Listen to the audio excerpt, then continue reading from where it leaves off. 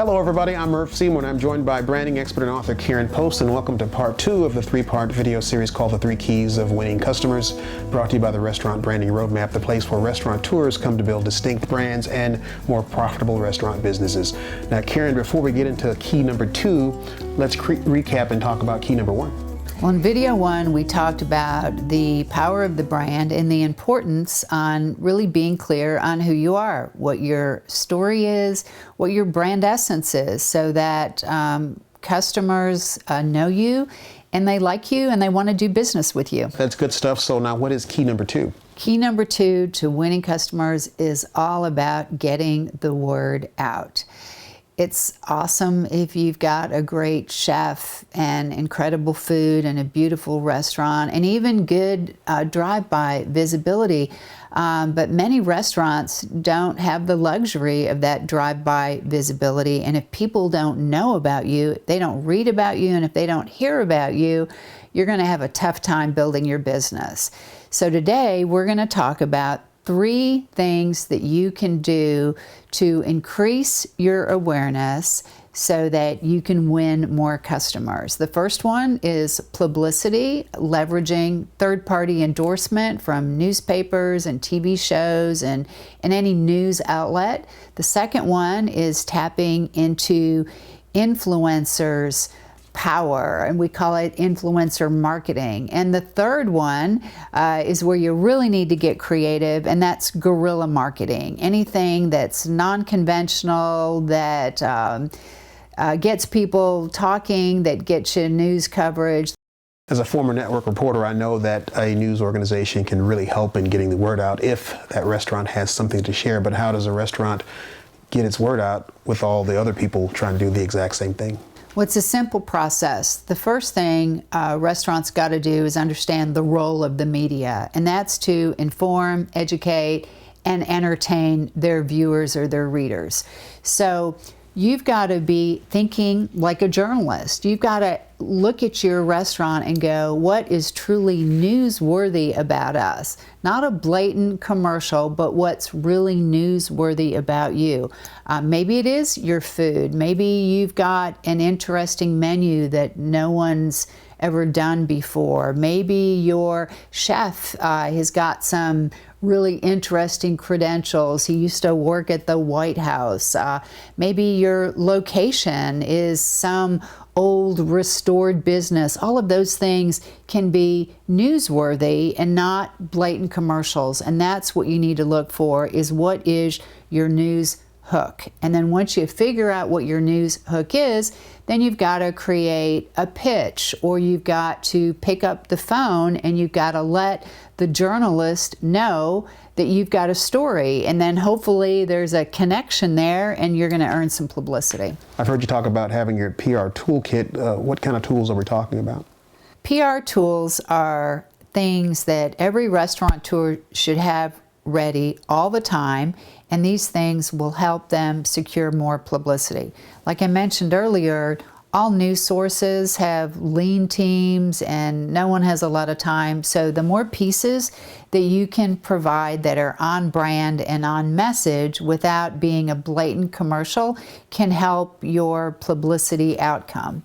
And so that's things like photographs. Do you have a good picture of the outside and the inside of your restaurant? Do you have a professional shot of your chef or of yourself? Do you have a fact sheet together that's basically a one-pager that gives your hours, that gives the location, the concept of your food, maybe menu highlights? Again, the more that you've got put together, it's just going to increase your odds of getting those points mentioned in your publicity coverage. So are there places that you go to find inspiration to pitch ideas? Absolutely. Every restaurateur should have a copy of the Chase's calendar of events. You can get it at the library online.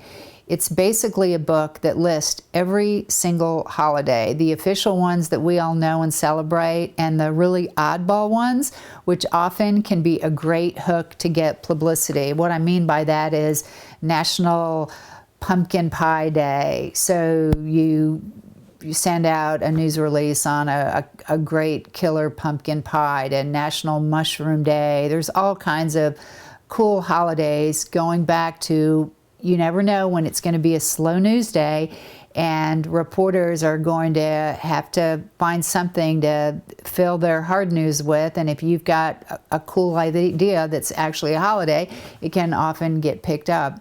Another place that restaurateurs should absolutely look for ideas is in trade publications.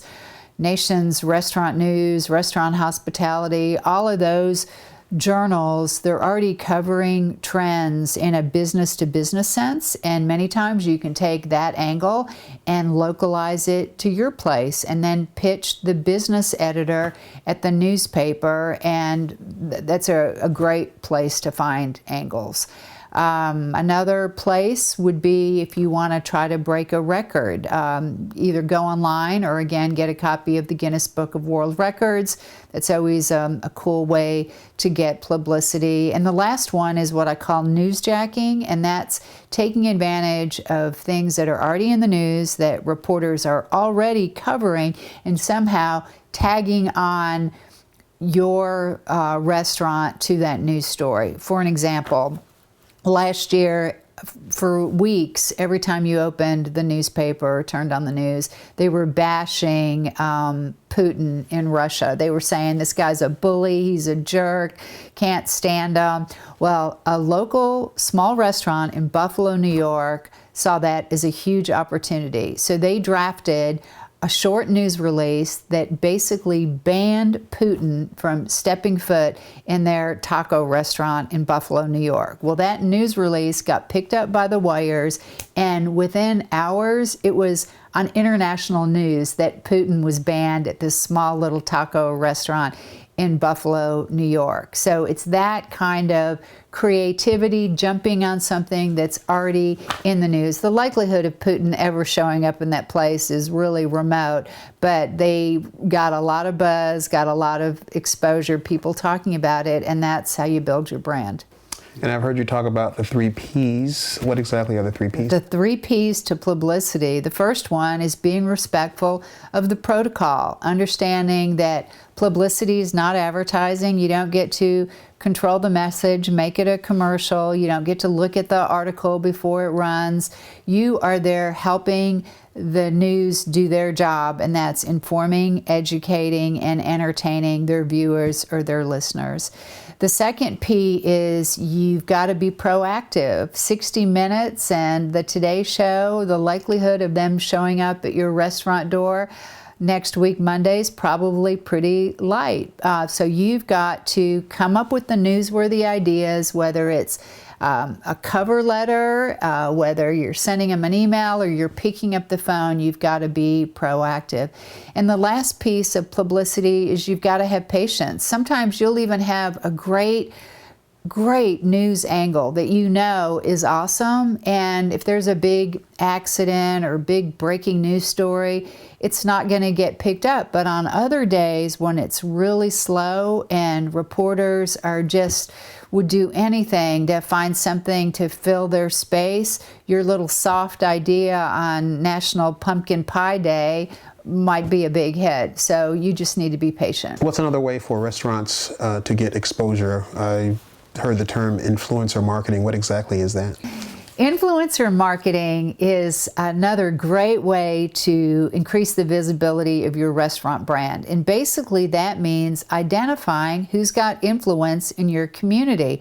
So beyond the media and reporters, you've got politicians, you've got high-profile business leaders, you've got socialites, social butterflies that are doing all the charity functions. You've got tastemakers, maybe they're writing blogs, or they're even chefs at other restaurants. But basically, you try to identify this body of people and then make sure they're informed about your restaurant. Oh, and another influencer base I failed to remember is the hospitality industry, hotels, the concierge, the front desks.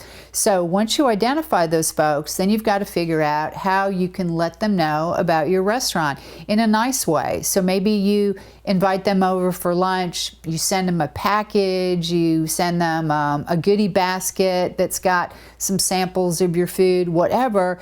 Once you identify them, you've got to make sure that they clearly know about what you stand for, and then that influencer advocacy is going to start kicking in. And we've talked about marketing, and you just talked about influencer marketing. What is guerrilla marketing? Guerrilla marketing is anything that doesn't fit in a traditional advertising marketing category. The crazier, the better. The more creative. Sometimes these are controversial things. Sometimes they're even borderline breaking some rules, but it's all about visibility, creating word-of-mouth buzz, and then oftentimes publicity. So there's many categories of guerrilla marketing. I'm just going to cover 4. The first one is what you call ambient marketing, and that means that you take the natural environment around you and you think about how you can incorporate your brand messaging, your logo, your name,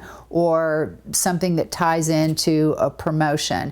So that can be creating graffiti on a wall that has nothing on it outside your restaurant, or maybe in an area somewhere that a lot of people see. It can mean painting a sidewalk. It can mean having a landscape architect design your logo in a big piece of grass, and then you get on top of a building and you take a picture of it, and that becomes newsworthy. You can do things with lights. You can do things with people in costumes, but basically it's leveraging your environment and being creative and coming up with a way that becomes a photo opportunity to get exposure and to get people talking about you. The second type of guerrilla marketing is what you call ambush marketing, and that's basically leveraging other people's efforts, other people's events. So if there's a festival, there's a big game going on, there's a concert, and you've already got masses of people, you show up. So you can show up with a flash mob, you can show up with a bunch of people in costume, you can have a pop-up restaurant. Anything that you do that takes advantage of another event that's going on is a great way to get your word out. Another way would be product placement. We all have seen soft drinks in movies. Most of us don't know movie producers, and often those placements are very expensive, but just think about performances in your local community where you could insert product from your restaurant, whether it be a local theater, a local concert, maybe it's even some musicians playing somewhere and they're wearing t-shirts that have your restaurant's name on, or they're drinking out of a cup that has your restaurant's logo on it. So there's a lot of things. If you look at what big brands do, often you can take those same ideas and just tweak them a little bit and make them work for a small business and a small restaurant. And the last one is viral marketing. We've all seen videos on YouTube that we laugh, that we shared with friends. So what can you create that's a digital video, whether it's a 6-second Vine movie or something that you shoot with your iPhone that is going to be spread. So those are 4 ways. The only thing that really limits you is your imagination. So we've talked about a lot of stuff in this particular session as well. So let's recap and give the viewers something they can walk away with. What is the most important things that they need to know? What I want viewers to take away is you don't have to have a big budget to have a highly visible, top-of-mind restaurant brand. You've got to be creative, you've got to be proactive, and think about these non-traditional ways to get your message in people's minds. Okay, Karen, once again, a lot of great information there, and we're always giving viewers something that they can take with them. So keep an eye out for your emails and you'll get your next challenge that's going to help you take your restaurant to the next level. Again, on behalf of Karen, thank you for joining us, and we'll see you next time here on the Restaurant Branding Roadmap.